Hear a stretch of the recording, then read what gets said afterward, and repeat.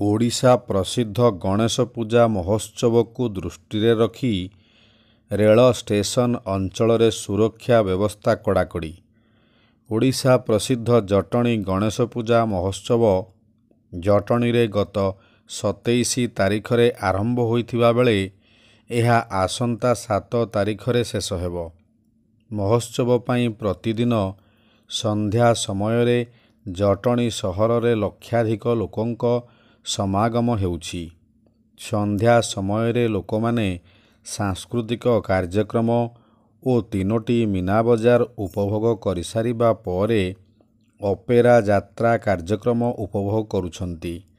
ଜଟଣୀ ଲୋକ କଲୋନୀ, ଶରତ ପାଇକରାୟ ଷ୍ଟାଡିୟମ, ଥାନା ଛକ, ଯାତ୍ରା ପଡ଼ିଆ ଇତ୍ୟାଦି ଅଞ୍ଚଳରେ ସିଂହବାହିନୀ, ପାର୍ବତୀ, ବିଶ୍ୱ ଦରବାର, ରଙ୍ଗମହଲ ଇତ୍ୟାଦି ଅନୁଷ୍ଠାନ ପକ୍ଷରୁ ଅପେରା ଯାତ୍ରା କାର୍ଯ୍ୟକ୍ରମ ଚାଲୁଛି।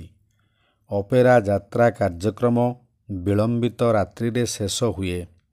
ପ୍ରାୟ ଦର୍ଶକମାନେ ଅପେରା ଯାତ୍ରା ଉପଭୋଗ କରିସାରି ଟ୍ରେନ୍ ଯୋଗେ ବିଳମ୍ବିତ ରାତ୍ରି ତଥା ଭୋର ସମୟରେ ଘରକୁ ଫେରିଥାନ୍ତି। ତେଣୁ ଲୋକମାନଙ୍କ ସୁରକ୍ଷା ଦୃଷ୍ଟିରୁ କମିଶନରେଟ୍ ପୋଲିସ ପକ୍ଷରୁ ଜଟଣୀସ୍ଥିତ ଖୋର୍ଦ୍ଧା ରୋଡ଼, ପୁରୁଣା ଓ ନୂଆ ରେଳ ଷ୍ଟେସନ ଏବଂ ରେଳ ଷ୍ଟେସନକୁ ସଂଯୋଗ କରୁଥିବା ସୀତାରାମ ଛକ, ବଜାର ଇତ୍ୟାଦି ଅଞ୍ଚଳରେ ସୁରକ୍ଷା ବ୍ୟବସ୍ଥା କଡ଼ାକଡ଼ି କରାଯାଇଛି।